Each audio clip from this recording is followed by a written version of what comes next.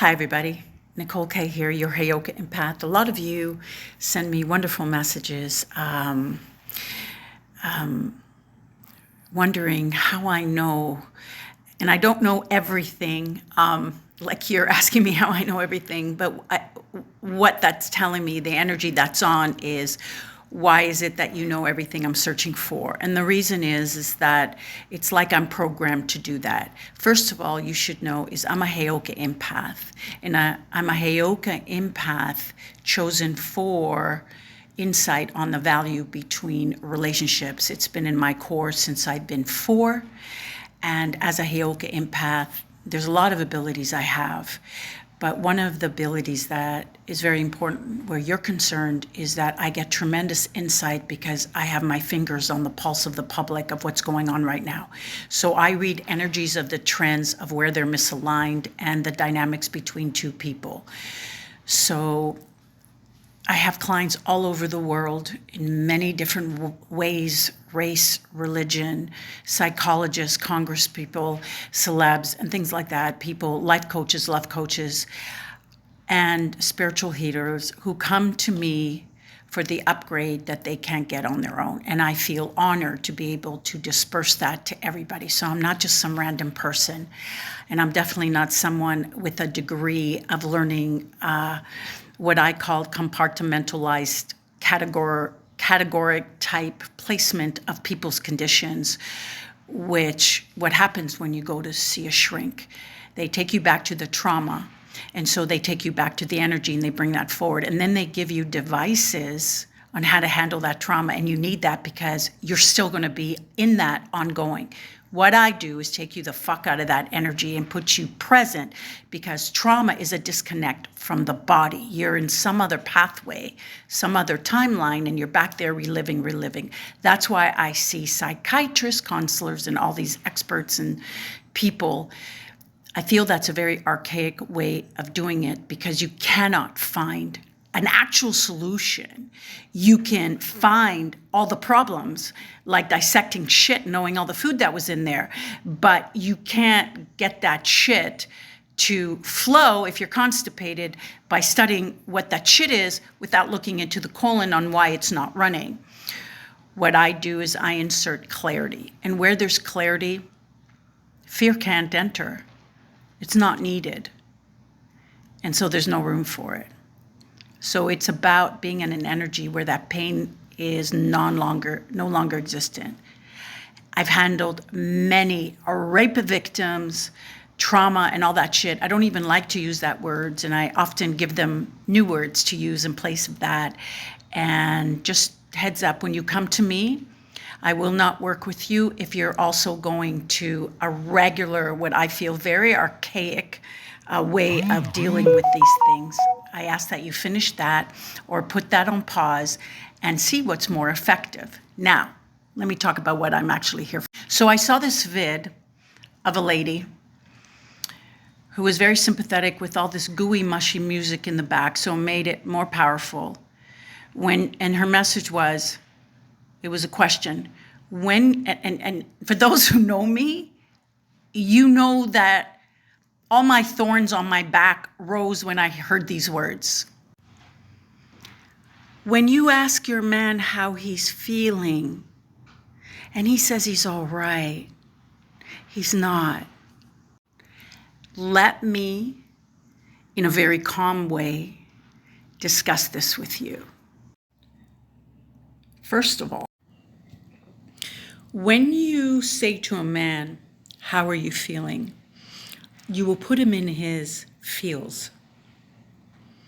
And when you do that and he already feels down, which means he's not on top of his emotions, they're not in his control, he feels already weakened, and you shove him into his feminine energy, which is already he's drowning in because he feels not on top of his world, you will cripple him. Because now you've taken on a mother energy asking a man how he feels, a nurse energy asking a man how he feels, a psychologist energy asking a man how he feels, which gives them the energy of, I don't have it all together. I'm a fuck up. And that's why he says, I'm just fine. I'm all right. And then he sinks lower and lower and lower. The reason these men are going through a hard time, and I'm not just going to say, oh, fuck your feelings, do some push-ups. I realize that these men are drowning in a negative scenario of what they're telling themselves this situation or their life or them is in a very negative way. What gets a man the quickest out of his doubt, out of his shit, out of a negative situation is a thing called drive. And drive is inspired by an empress energy. So when we have women who cross over and become a mother and a shrink and a nurse energy that doesn't even ignite him inside because it's no longer a woman energy, a feminine energy, which does spark a man to be more than he can ever be and to get on top of his shit and gives him fuel for power, then it pacifies him. And not only that, more and more men will get into that because more and more women do not know how to be an empress energy, which inspires a man in his strength, not forces him to be strong when he's not, but because she's anchored in her empress energy, she's lit, she's full of energy that imbues his whole being, that infuses him when he sees what he has. When he sees this bright light and this magical presence. When I say magical, I don't mean woo-woo. I mean, she takes him to this place far away because all she is pure fucking joy. It doesn't mean you two can't discuss things. If he says, honey, I'd like your input on this. I'm trying to figure out this, and that. There's nothing wrong with that. But when you take a man into his feels and he's already drowning and you ask him, how are you feeling, honey, when you see he's in shitsville? As opposed to igniting him. And to those who are in masculine energy, you're going to see this as rather too simple. Therefore, you'll think it's shallow. You know what the quickest thing that would take fear away, that just cuts it and crushes it? Beauty. If a man has a financial problem, has this problem, and he sees beauty, he's ignited with power. So if you look the best that you can look, if you are happy, not concerned about him because you know how you are, you know how life yields to you, and through your eyes, you push that energy onto him, and he feels that now united with you, life will yield to him because that is all he sees in your eyes reflecting back to him, because no man will ever know the power and strength of everything he's capable of until he looks into the eyes of the woman he loves. And she reflects back to him all his power. But she would first have to have that power. That's why we're called whoa, man. We're the wow factor in every man. So it's not about being his nurse, not about being a shrink, and it's not about being his mother.